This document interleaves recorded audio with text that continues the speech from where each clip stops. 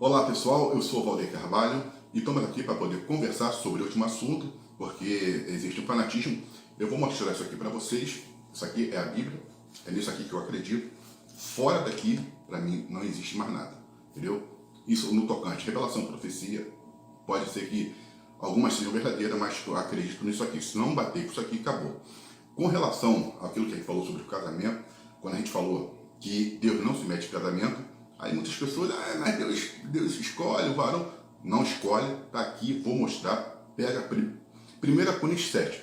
Lê todos os primeiros Coríntios 7, você vai ter toda uma noção do que é o casamento. E a Bíblia fala sobre o jugo desigual, que a gente não deve se colocar em jugo desigual. E a maioria das relações, ela está sempre pautada no jugo desigual. Só que os crentes, os cristãos, quando a gente fala em jugo desigual, eles sempre associam a questão de religião. E não é questão de religião, é num todo, num todo. Quando você é casal, que a Bíblia diz que você vai deixar seu pai e a sua mãe, e você vai se unir à sua mulher, e os dois serão uma só carne, né? Ou seja, que serão um, então você tem que ter uma unicidade. A unicidade é quando você concorda. É a mesma coisa de Deus, com Jesus, né? Essa unicidade. Então, o casal ele tem que ter unicidade. Se não tiver, não vai dar certo. E a questão do jugo desigual é a mesma coisa. O que é um jugo desigual? O jugo desigual é tudo aquilo que causa uma discordância um do outro. Exemplo, se eu sou, por exemplo, eu sou vascaíno, eu vou casar com uma pessoa que seja flamenguista, a tendência, se houver mesmo aquela questão do torcedor, nesse dia de jogo vai dar ruim, não vai dar certo. Porque você sabe como é que futebol é. Religião. A pessoa é da mesma, ela é da Igreja Batista, que tem um ensinamento, a outra é da Igreja Assembleia de Deus, que ela também tem os seus ensinamentos. Pentecostal, tradicional. O que vai acontecer aqui? Aqui você vai ter um choque de costumes, você vai ter um choque de princípio, porque um acredita em revelação, um acredita em profecia e o outro não acredita. Então, forçosamente aqui, mesmo que os dois sejam cristãos, mas pertencem a denominações diferentes, haverá com certeza um choque entre eles. Exemplo também, músicas, né? Pessoas que casam com pessoas que um gosta de pagode, outro gosta de música romântica. Aí, um quer ouvir uma coisa, outro quer ouvir outra. Isso é um jogo desigual. O bom é que todos, no caso, gostem da mesma coisa, ou se não gostem da mesma coisa, porque, lógico, nós temos os nossos temperamentos, nós temos aí as nossas características, o nosso caráter, mas você tem que moldar, tem que ser moldado um em direção em relação ao outro. Se não houver essa relação, se não moldar isso, vai dar errado. É igual a pororoca. Água doce com água salgada não se mistura. Quando vem a água doce, quando você tem um encontro da água salgada, pá, sempre uma explosão. E é o que acontece no casamento, principalmente dentro das igrejas evangélicas, aonde você não tem uma orientação para as pessoas casarem, porque você pega, na verdade, nós somos inexperientes em tudo. O ideal é que quando a pessoa ela vá casar, isso que tem que ser muito colocado. O que eles falam quando você escuta nas igrejas? Olha aí, meu servo, eu estou preparando para você a tua varoa. Olha aí, varoa, o teu varão. Isso é mentira. Isso é mentira. Isso não vem de Deus. A Bíblia diz aqui em 1 Coríntios 7 que quando Paulo foi trazer o assunto do casamento, ele falou, olha, da parte do Senhor eu não tenho nenhuma orientação, mas eu vou escrever daquilo que eu sei do meu próprio punho. Então ele começou, Deus não deu nenhuma orientação. Por causa de quê? Porque isso é algo pessoal, é algo do ser humano, é uma coisa que vai envolver uma vida. Então, você tem que ter o quê? Maturidade, você tem que estar preparado. A gente já tem que ter as coisas encaminhadas, a gente já precisa ter as coisas definidas. Então, quando a gente casa, né, sem você estar definido, você não tem já a tua coluna, o teu alicerce, isso vai ruir. Você sendo cristão ou você não sendo cristão, vai ruir. Isso é mostrado em todos os casamentos. Mas então qual vai ser o segredo? O segredo é você se preparar, estudar, tanto o adolescente, né, o garoto, a garota. O bom é de início, por exemplo, até os 30, não fazer nada, não namorar, isso seria o bom. Por quê? Porque quando você for quando você já tiver a sua casa, você já tiver a sua profissão definida, quando você já tiver as suas coisas aí arrumadas, quando você se casar, você vai cuidar das suas coisas, mas você não terá a mesma pressão do que quando você não tem experiência e você tem que fazer. A pressão é outra. Você precisa arrumar as condições. Tem filhos. Filhos é responsabilidade do casal. Não é uma responsabilidade do Senhor. Ah, o Senhor me deu. Não, o Senhor não te deu. Foi você que fez. Quem teve a relação sexual foi você. Quem tem somos nós. Não é Deus que tem relação sexual com o ser humano, né? Então tem que haver o quê? Um planejamento. Um planejamento. Só que as igrejas, o que elas fazem? Elas chegam e casam as pessoas, elas não orientam, e as pessoas casam despreparadas, as pessoas casam sem condições, né? Isso também vale para as outras religiões, vale para a vida normal, casam sem condições de criar os filhos, e aí a gente vê toda uma tragédia que nós estamos vivendo hoje, que nós estamos tendo hoje, por nossa culpa, por nossa falta de conhecimento, por nossa falta de maturidade. Então, quando você pega e você faz um planejamento de vida, você vai ter que pensar sempre lá na frente. Por quê? Por mais que nós sejamos espirituais, por mais que você faça as suas orações, você faça aí as suas buscas a Deus, você pode estar no monte, mas quando você descer, o teu problema está aqui te esperando. O problema vai estar aqui te esperando. Por quê? O problema não é espiritual, o problema é físico.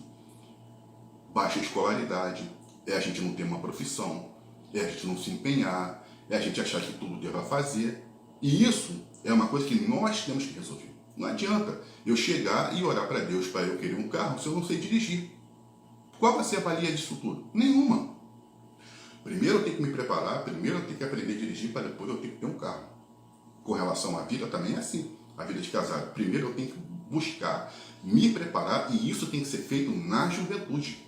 Na juventude. Hoje, eu acho que é essencial quando o jovem, se ele conseguir até os 17 anos terminar o seu ensino médio e já começar a ingressar numa faculdade ou num curso técnico, isso aí será o ideal. E nesse período, depois ele tem que começar a trabalhar, ele tem que começar a se firmar, para depois ele pensar em alguma coisa. Então, quando você vê essas práticas dentro da igreja, o Deus casamenteiro cai fora dessa gente, sai fora dessa gente, rala peito, porque isso aí não é bem de Deus, isso está vindo da própria pessoa, que a pessoa quer aparecer. A Bíblia aqui, em 1 Coríntios 5, no caso 7, 5, capítulo 7, versículo 5, ela dá uma orientação, ela diz assim, olha, não vos priveis um ao outro, senão por consentimento mútuo, por algum tempo, para vos dedicar, no caso, a Deus, e depois vocês se unam, estou resumindo, se unam, né, e rapidamente para que vocês não sejam tentados. Até na questão da consagração, na questão da relação sexual, porque o sexo é importante no casamento, e a igreja, ela prega que você tem que fazer praticamente uma abstinência. Você vê casal aí, evangélico, um entrando em oração, outro entrando em consagração, sem consultar o outro, está errado, está errado. Você só pode entrar em consagração, você só pode entrar ali se você falar com o outro e o outro concordar. Se o outro não concordar, a Bíblia diz aqui, tem que ser por comum consentimento. Se você faz, eu vou entrar em uma semana de oração e jejum, pode ter certeza que você está fazendo algo errado e isso não será aceito diante do Senhor. Eu vou para o monte, vou ficar lá uma semana, um mês, o outro está aqui embaixo. O que você está fazendo com a Bíblia? Quando a Bíblia diz que você faz uma prática dessa e você se separa, o mal, ele vai entrar por causa de quê? Porque a sexualidade, ela é uma questão muito aflorada e ela faz parte do casamento, sim. O sexo é fundamental no casamento, sim. Os cristãos fazem sexo, sim. E tem que fazer, sim. Então, quando chega lá, que a Bíblia diz aqui, quando ela diz não vos priveis, ela não está falando para você. Ela diz que é para você, quando esse priver aqui tem um outro sentido. O sentido de não negar, né, a questão sexual.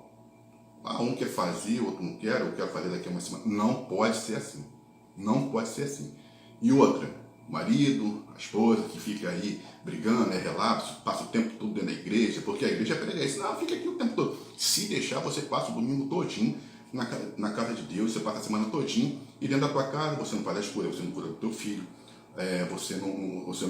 o marido fica dentro de casa, não trabalha, não traz o pão, não traz nada, o que vai acontecer? Vai ruir o casamento. Vai ruir o casamento.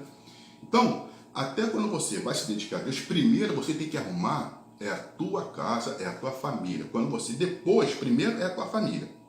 Deus em primeiro lugar, mas falando agora na matéria. É a tua família. Quando você estabilizar que você fez as tuas coisas, aí você pode ir sim à tua igreja. Mas, primeiro, tem que haver aquele consenso entre o marido e a esposa.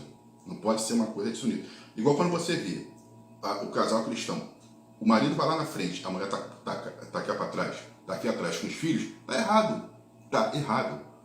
Não adianta, porque a Bíblia diz que para você chegar a ser presbítero, quando você deseja o episcopado, excelente coisa que você deseja, mas o que deseja, ele tem que ser marido de uma só esposa, ele tem que ser um excelente pai. Você tem todos os requisitos aqui dentro da Bíblia. Não adianta essas pessoas, como elas são, irem para igrejas relapsas. Eles são consagrados porque hoje em dia na igreja evangélica qualquer um é consagrado.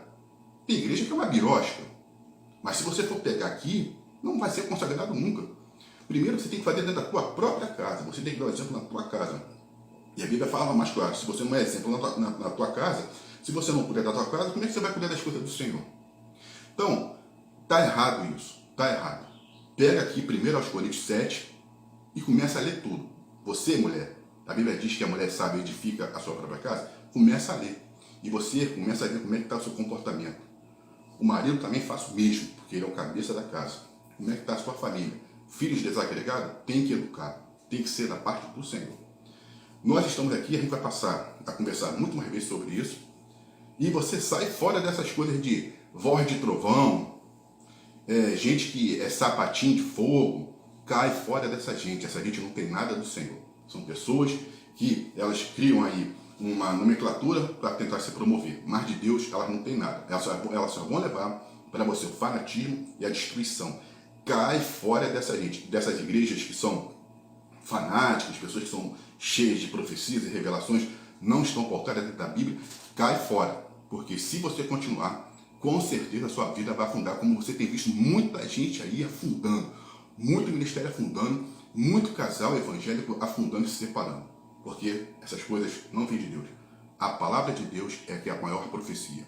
Aqui, Valdeir Carvalho, a gente volta a se ver aí e você pode nos seguir nas nossas redes sociais e também nos ouvir aí na Rede Hits de Rádio e na Rádio Metrópole. Um forte abraço e até a próxima.